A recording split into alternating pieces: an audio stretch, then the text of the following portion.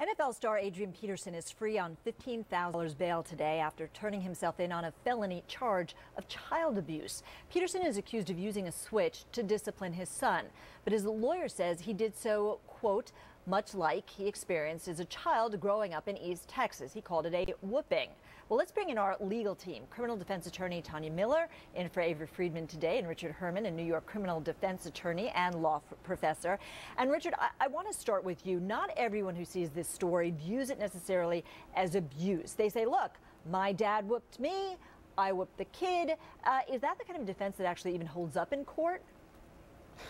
Deb, that doesn't hold up anywhere. The fact that his daddy did it to him and his daddy's daddy did it to him, and Rusty Harden, his attorney, who's a suave guy, is running around saying, hey, you know, he didn't intend what? He took a willow branch, he stripped the leaves off the willow branch, he stuffed the leaves in a 4-year-old's mouth, he made the 4-year-old strip, he bent him over, and he whipped him. He lashed him 15 to 20 times. He's 6'1", almost 200 pounds of solid muscle, probably bench presses 400 pounds. He didn't intend what? He beat the crap out of this kid. He's going to be convicted. He went to the grand jury without immunity. He testified. He admitted the crime. He will be a convicted felon. The NFL should strip him for the rest of this year. He needs electroshock therapy and maybe more. I don't know. It's a very bad situation here.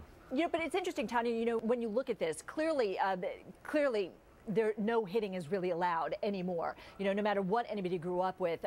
There's a line between child abuse and discipline, but it's interesting the way he handled it. He went directly to the authorities. He didn't try to cover it up. He's basically standing there saying, this is what I did. Let me tell you my side of the story, which is very different from Ray Rice did. How do you see this?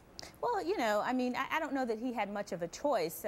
He had already tweeted or emailed or texted the child's mother and told the child's mother what he did, essentially admitting that he believed he went too far. He even described, you know, I really feel bad about the hit to his genital areas. I think that one was really painful. I feel bad about that. So I don't know that he had much of a choice but to go to the authorities and to try to get in front of this thing and get his version of this thing out first. I don't think that that is going to help him in this case, in part because we can see the photographs. We can see the injuries to the baby.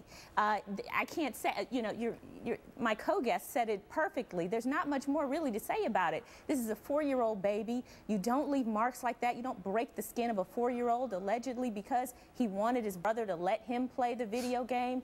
I mean, you have got to have a better way of dealing with a 4-year-old than doing that and to stuff leaves in his mouth. That was just cruel, and I think it's clearly has crossed the line from discipline to child abuse. There's no question about that. You know, the one question I have is, look, you know, the NFL really gives these guys so much fame so quickly, especially the star players.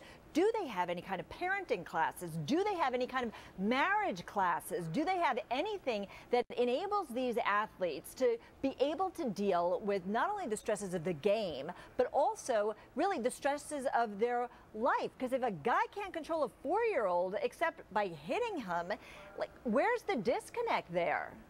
Well, Deb, it's very hard for a single parent to raise a child, and it's just very, very difficult. But he's out of control. It was summer vacation, and he annihilated this young child. What crime did this 4-year-old commit where he deserved to be beaten 15 to 20 times in the whooping room where Daddy has a lot of belts and he likes to use the belts, and I thought Daddy might punch me in the mouth if I tell anybody about this. I mean, Adrian Peterson, it's not discipline. Rusty Harden, the world, it's not discipline. He's out of control. He beat the crap out of the kid. He cannot have visitation without supervision in the future. The NFL has a minimum 6-month suspension for crimes like this, minimum, and when it involves a child, it can be more. It should be more. He should be thrown out for this year.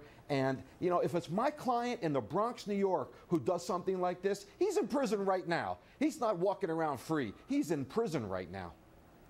Yeah, no question. All right, Tanya and Richard, we're going to be coming back right after a quick break. Stay with us. We have a lot more to talk about. The NFL, its commissioner, are they in legal jeopardy because of how they did handle the Ray Rice incident? We're going to get Tanya and Richard's take on that when we come back right after this break.